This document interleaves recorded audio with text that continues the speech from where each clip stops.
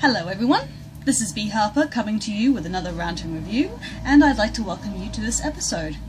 Originally I was going to review Ridley Scott's Alien because I figured since I reviewed Aliens way back in December of 2014, it would have been pointless of me not to review the film that started it all.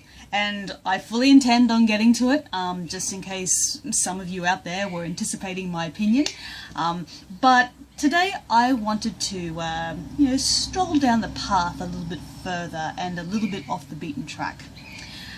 As some of you may know, I love my anime.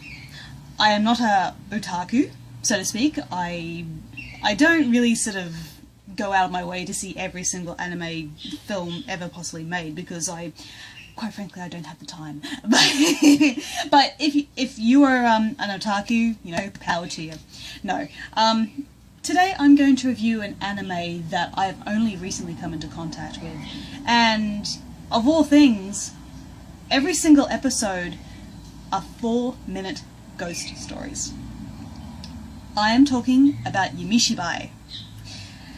The general plot of Yamishibai is as follows. There is an elderly man who comes across a playground at around about 5 o'clock in the afternoon, and the kids come over and listen to him tell a story with his Yamishibai board.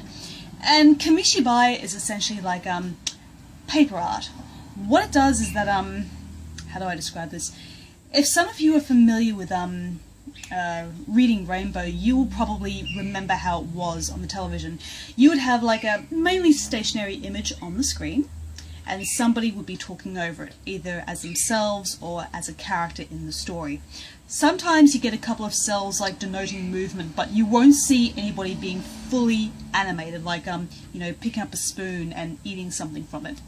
It's a very unique art form, and upon hearing this you might dismiss Yamishibai as, like a kid's thing, but I assure you it isn't.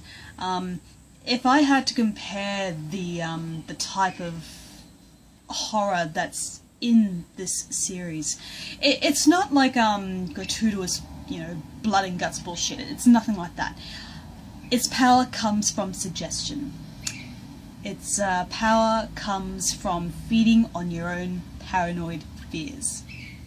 So if I had to say what it reminded me of, it would probably be those anthology books that you probably had in your school library that had horror stories in them.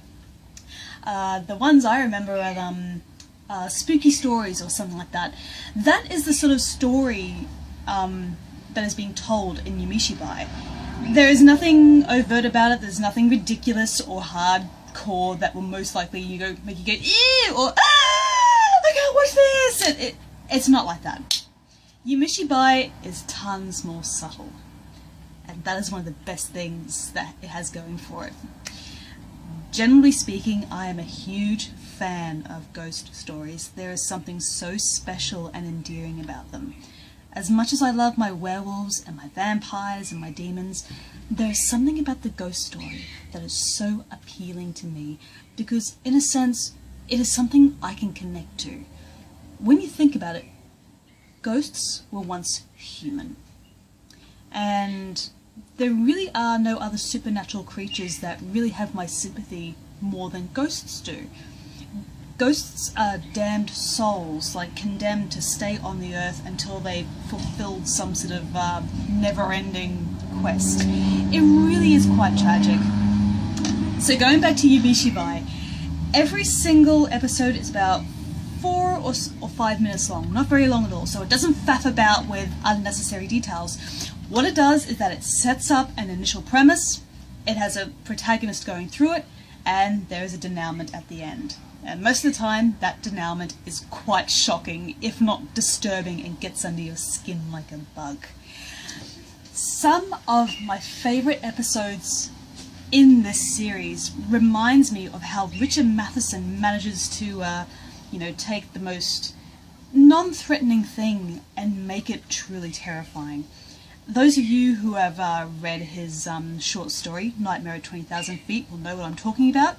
Nightmare at 20,000 Feet, has a protagonist who's already deeply anxious and incredibly paranoid, and he imagines or hallucinates, or maybe he actually does see a gremlin on the wing of an airplane tearing away at it so that the thing will crash, and it all just turns into a great big frenzy from there, like just total onset of paranoia, and it's so good. If you had to have a Western companion piece to Yamishibai, I highly recommend Richard Matheson's stories. They go together like peanut butter and jam. Now, going back to the series itself, a lot of the stuff works because of how simplistic it is. Now, of course, I'm not Japanese, so I don't fully comprehend the Japanese folklore, but I love learning about it. And I love seeing it like on my screen where I have access to it. There is nothing I love more than looking at stuff from across the pond. I like to think of myself as a film anthropologist. I like to observe other cultures in the medium of entertainment. It's really fascinating to me. Now, there are a couple of episodes that kind of left a sour taste in my mouth.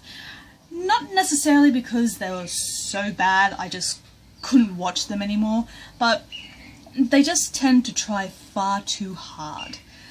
And when something feels the need to constantly hammer something in your skull in order to be impactful, it doesn't work.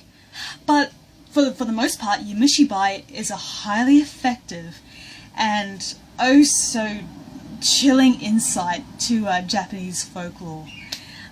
So what would I give this series? It really does depend on an episode by episode basis, because you have some really good ones and you have some not so good ones. But generally speaking, I would highly recommend Yamishibai if you love your anime, if you love ghost stories, and if you love ghost stories that tend to leave a lot to your imagination so you can fill it in for yourself. It really has that sheer imaginary impact on you, and you know what? If that is what you want, Yamishibai has it. So, ranking. I would give Yamishibai 4 out of 5 on a general basis, simply because it is so unique in, you know, its stories and its storytelling and how effortless it seems. You know, barring the occasional not so great ghost story, this is a really solid entry. And if you love your anime and if you want to experience more, this one is for you, kids. You really got to watch this. You can watch this on crunchyroll.com, where they have all the animes, or if you want to be a little bit bad, you can go on torrents. But seriously, do check it out, and I sincerely hope you enjoy it. So yeah, that's another review done, and thank you so much for tuning in. Bye bye.